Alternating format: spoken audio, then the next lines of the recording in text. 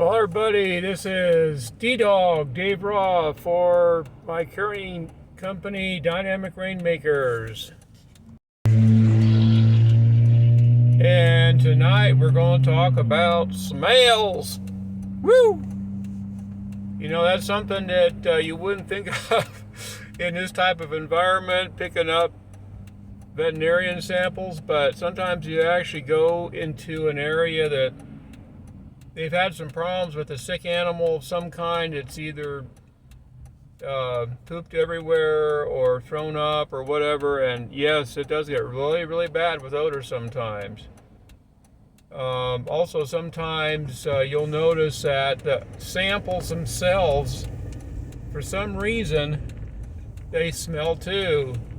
This is particularly in like the ones that they decide to put stuff into Ziploc bags, and maybe they don't seal them very well, or they just didn't take very good care of putting them in, and it can be bad. So what do you do with stuff like that? Well, what I usually do is I don't have it handy here, but I have a small take along thing of Vicks Vapor Rub, and you just put a little bit of that under your nose. That helps some, not all the time though. It can be pretty bad in some of these environments. Yeah, it was like that a couple days ago. It was pretty stinky in this area I went into. So anyway, that's one thing you can do. Something I keep in the back of my vehicle is a box of that Arm & Hammer's baking soda stuff you put in the refrigerators, and that helps keep things kind of at least somewhat at bay here in the Jeep, especially if something's, I take along something that doesn't smell too pleasant. So those type of things you gotta try to keep in mind when you're going along. You can also just get air fresheners. You can just spritz in your vehicle occasionally just to keep it smelling good. People use a lot of different things in their vehicles. Don't use something that's in a pressurized can though. Use something that's more like a pump action. That's a little bit safer in your vehicle, especially during the hot summer months, because that can raise up the pressure in the can and cause some other forms of issues like leaking and stuff. So those are the type of things that I keep in mind for keeping odors at bay, because they can get pretty odoriferous. And this is something you got to be aware of too as a courier, because remember, you're carrying animal or even potentially human, if you're getting into the human sample transport. You gotta remember that these things can be kind of gross, and sometimes it's not for squeamish folks, especially like with these animal samples that they just put them in bags and stuff. It can be kind of gross. So that's something to keep in mind too when you get into this.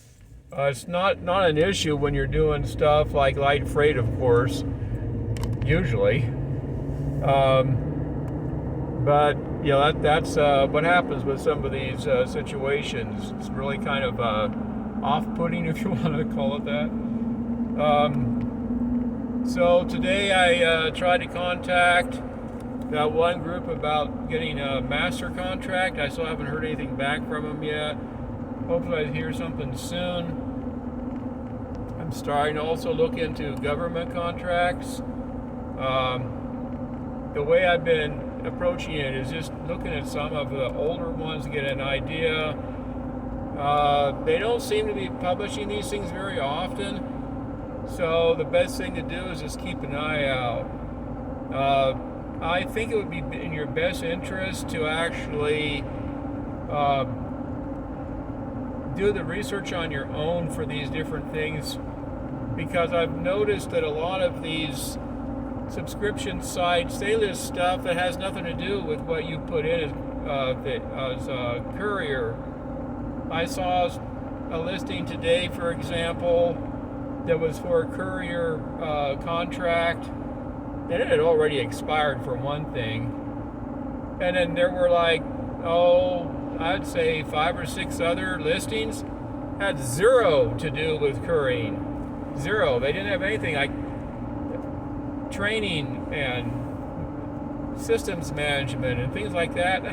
I don't know what they had that criteria on, but it was really kind of like, man, I'm not going to pay for a service like this. It was very expensive.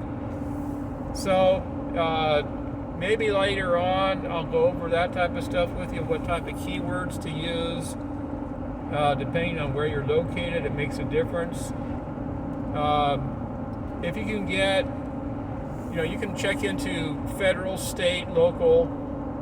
If you do federal stuff, it's a whole different type of requirements. But anyway, you need things like DUNS numbers and other types of numbers to back up what you're doing.